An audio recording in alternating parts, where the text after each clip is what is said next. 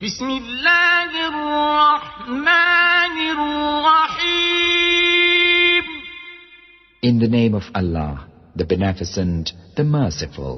أَلَمْ تَرَ أَنَّ اللَّهَ سَخَّرَ لَكُم مَّا فِي الْأَرْضِ وَالْفُلْكَ تَجْرِي فِي الْبَحْرِ بِأَمْرِهِ وَيُمْسِكُ السَّمَاءَ أَن تَقَعَ عَلَى الْأَرْضِ إِلَّا بِإِذْنِهِ إِنَّ اللَّهَ بِالنَّاسِ لَرَءُوفٌ رَحِيمٌ. Hast thou not seen how Allah hath made all that is in the earth subservient unto you? And the ship runneth upon the sea by His command, and He holdeth back the heaven from falling on the earth, unless by His leave. Lo, Allah is, for mankind, full of pity, merciful. بسم اللہ الرحمن الرحیم. شروع اللہ کا نام لے کر جو بڑا مہربان نہایت رحم والا ہے. کیا تم نہیں دیکھتے کہ جتنی چیزیں زمین میں ہیں سب اللہ نے تمہارے زیر فرمان کر رکھی ہیں، اور کشتیاں بھی جو اسی کے حکم سے سمندر میں چلتی ہیں، اور وہ آسمان کو تھامے رہتا ہے کہ زمین پر نہ گر پڑے مگر اس کے حکم سے. بے شک اللہ لوگوں پر نہایت شفقت کرنے والا مہربان ہے. زمین کے گوشوں میں اور اس کے پیٹ میں جو کچھ ہے سب اللہ کے علم میں ہے. ایک ایک دانہ اللہ کی علم میں ہے.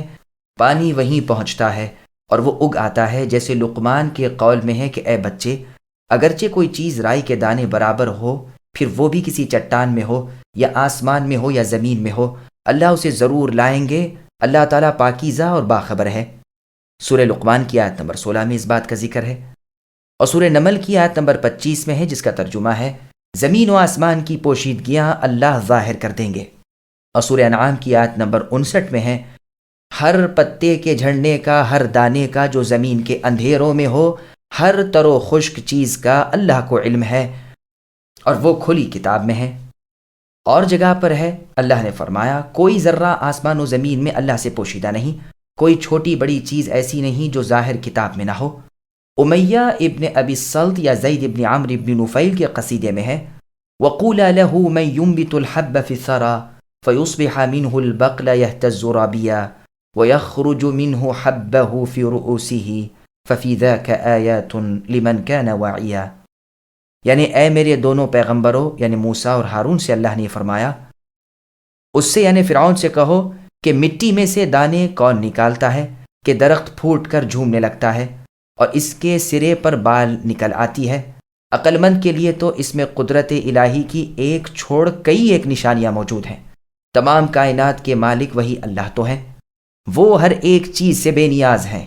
ہر ایک اللہ کے سامنے فقیر اور اللہ کی بارگاہ عالیہ کا محتاج ہے.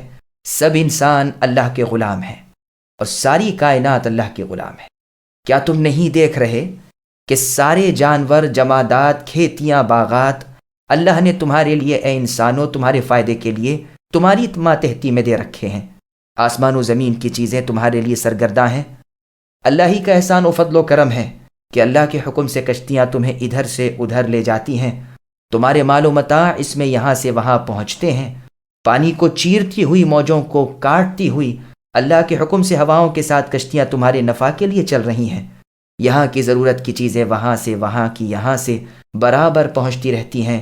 وہ آپ آسمان کو تھامے ہوئے ہے کہ زمین پر گر نہ پڑے، ورنہ ابھی وہ حکم دے تو یہ زمین پر آ رہے اور تم سب ہلاک ہو جاؤ.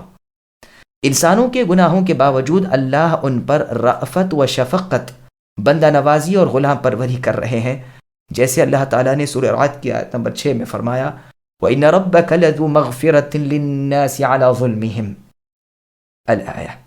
اور لوگوں کے گناہوں کے باوجود اللہ تعالیٰ ان پر صاحب مغفرت ہے. ہاں بے شک وہ سخت عذابوں والے بھی ہیں. اللہ ہی نے تمہیں پیدا کیا ہے، وہی تمہیں فنا کر دیں گے اور وہی تمہیں دوبارہ پیدا کر دیں گے.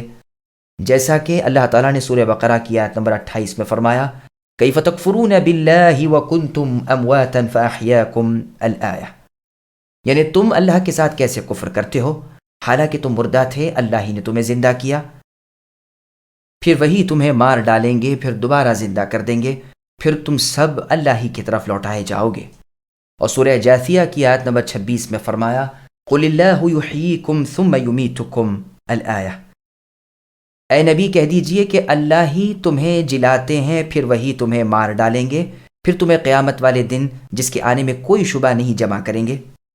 اور سورہ غافر کی آیت نمبر 11 میں فرمایا، جس کا ترجمہ ہے وہ کہیں گے کہ اے اللہ آپ نے ہمیں 2 دفعہ مارا اور 2 دفعہ جلایا۔ بس کلام کا مطلب یہ ہے کہ ایسے اللہ کے ساتھ تم دوسروں کو شریک کیوں ٹھہراتے ہو؟ اوروں کی عبادت اللہ کے ساتھ کیسے کرتے ہو؟ پیدا کرنے والے فقط اللہ ہی تو ہیں، روزی دینے والے صرف وہی، مالک و مختار فقط وہی۔ تم کچھ نہ تھے، اللہ نے تمہیں پیدا کر دیا، پھر تمہاری موت کے بعد پھر سے پیدا کریں گے، یعنی قیامت کے دن۔ انسان بڑا ہی ناشکرا ہے اور بے قدرہ ہے۔